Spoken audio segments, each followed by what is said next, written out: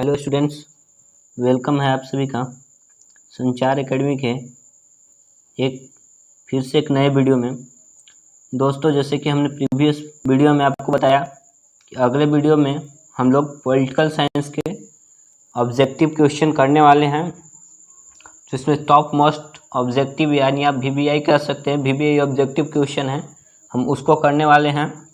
तो आज इस सीरीज में हम पॉलिटिकल साइंस क्लास 12th की जो है फर्स्ट बुक उसको हम करने वाले हैं। इसका पहला चैप्टर है शीत युद्ध का दौर।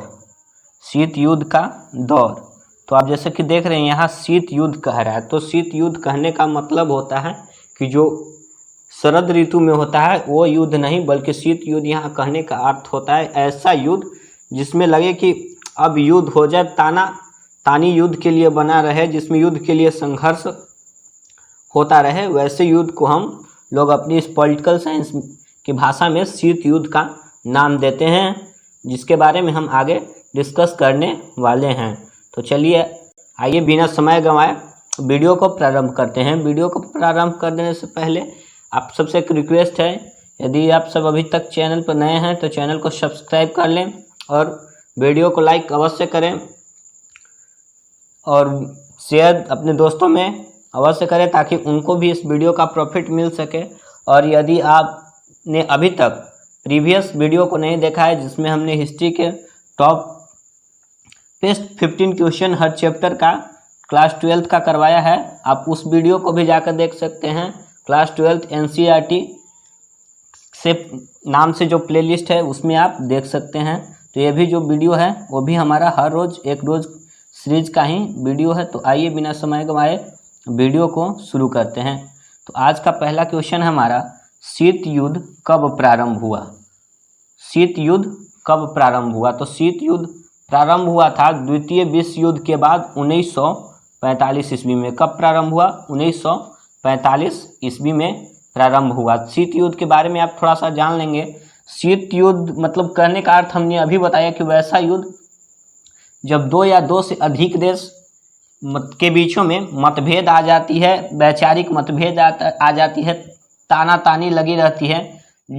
जो आप लोग देखेंगे जब 1945 ईस्वी में द्वितीय विश्व युद्ध समाप्त हुआ, उस वक्त ये होड़ लग गई कि कौन सबसे ज़्यादा ताकतवर देश है, अमेरिका है या जो उस समय सोवियत संघ था, रूस था, वो रूस है, वो सबसे ज़्यादा है। तो इन दोनों के बीच वैचारिक मतभेद बढ़ गए, जिसके कारण शीत युद्ध का प्रारंभ होता है।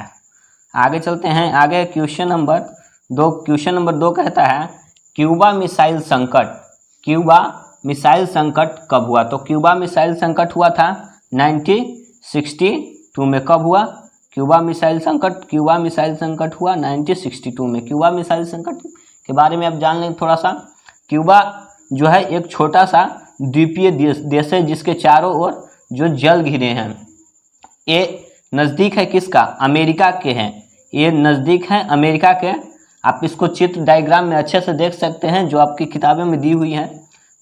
जो है इसका अमेरिका के नज़दीक है, लेकिन इसका जुड़ा जो है सोवियत संघ से था। इसका जुड़ाव किससे था? सोवियत संघ यानी रूस से था। रूस जो है इसको कूटनीतिक सहायता तथा वित्तीय सहायता प्रदान करता था। जिस समय यहाँ के क्यूबा मिसाइल संकट 1962 अक्टूबर के 1962 में हुआ था, उस समय जो थे रूस के जो थे वो निकिता खुश्रोव वहाँ के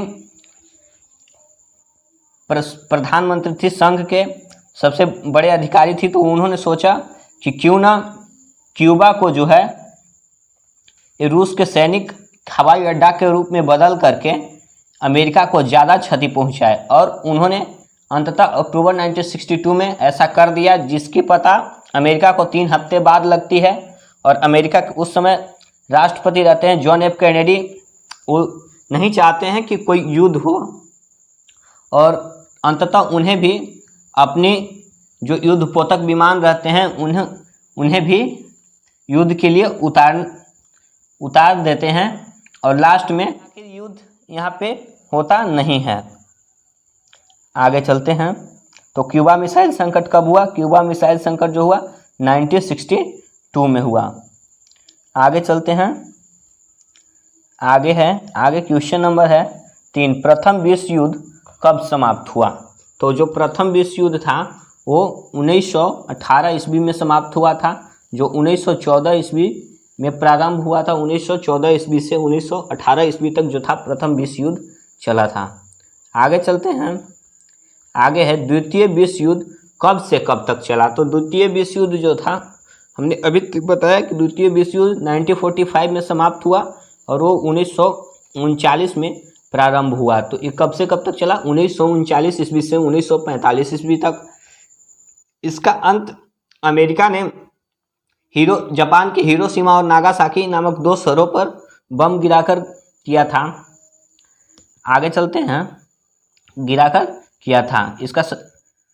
इसका सही जवाब क्या हो जाएगा? ऑप्शन नंबर 3, 1939 से 1945 ईस्वी तक। आगे चलते हैं, आगे है क्वेश्चन नंबर 5। क्वेश्चन नंबर 5 कहता है ब्रेजनेवा जो थे वो किस देश के राष्ट्रपति थे? तो जो ब्रेजनेवा थे वे सोवियत संघ, जो अभी फिलहाल में रूस है, वहाँ के राष्ट्रपति थे। आगे चलते हैं, आगे है सोवियत संघ ने कौन सा गुट बनाया?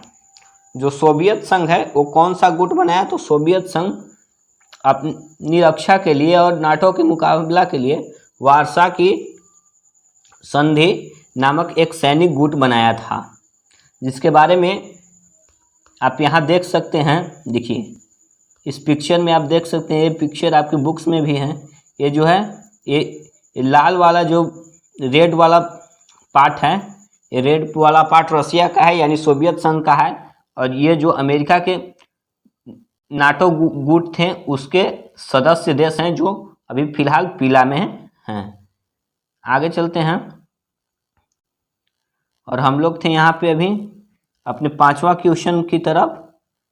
5वां क्वेश्चन के 6ठा क्वेश्चन में थे, अब चलेंगे 7वां क्वेश्चन में। 7वां क्वेश्चन कहता है निम्नलिखित में से किसने अप्रसार संधि पर हस्ताक्षर नहीं किए? तो जो अप्रसार संधि था उस पर हस्ताक्षर नहीं किए थे भारत के प्रधानमंत्री जो थे उस समय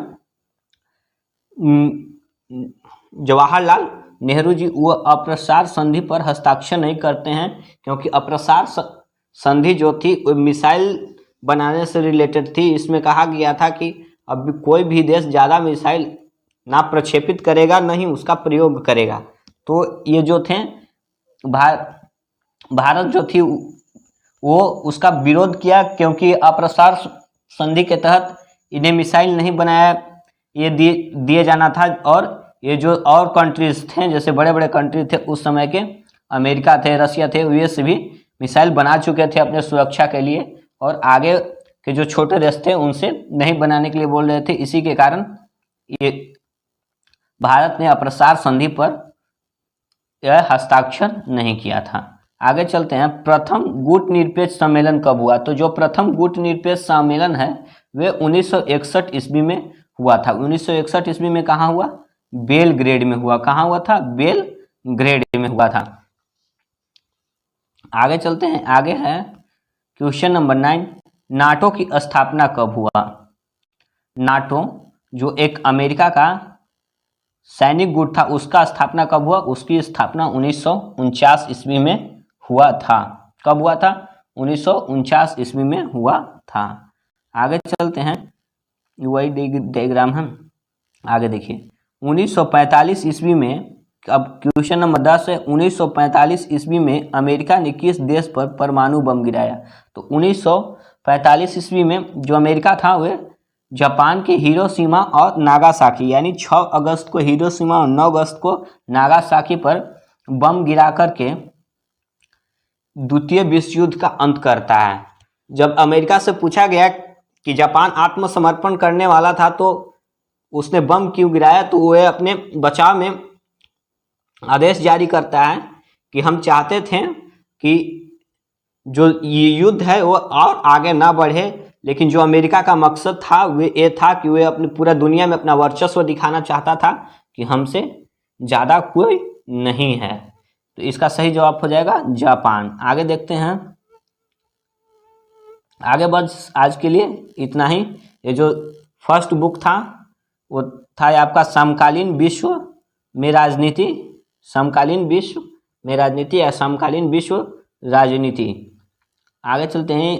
ये जो था आपको टॉप 10 क्वेश्चन था, मोस्ट इम्पॉर्टेंट क्वेश्चन था। यदि आपको ये वीडियो अच्छा लगा हो तो वीडियो को लाइक, शेयर और चैनल को सब्सक्राइब अवश्य करें ताकि टाइम टू टाइम आपको वीडियो मिलता रहे। और आज के लिए बस इतना ही, अब मिलते हैं किसी अगले वीडियो में। तब तक के लिए धन्यवाद।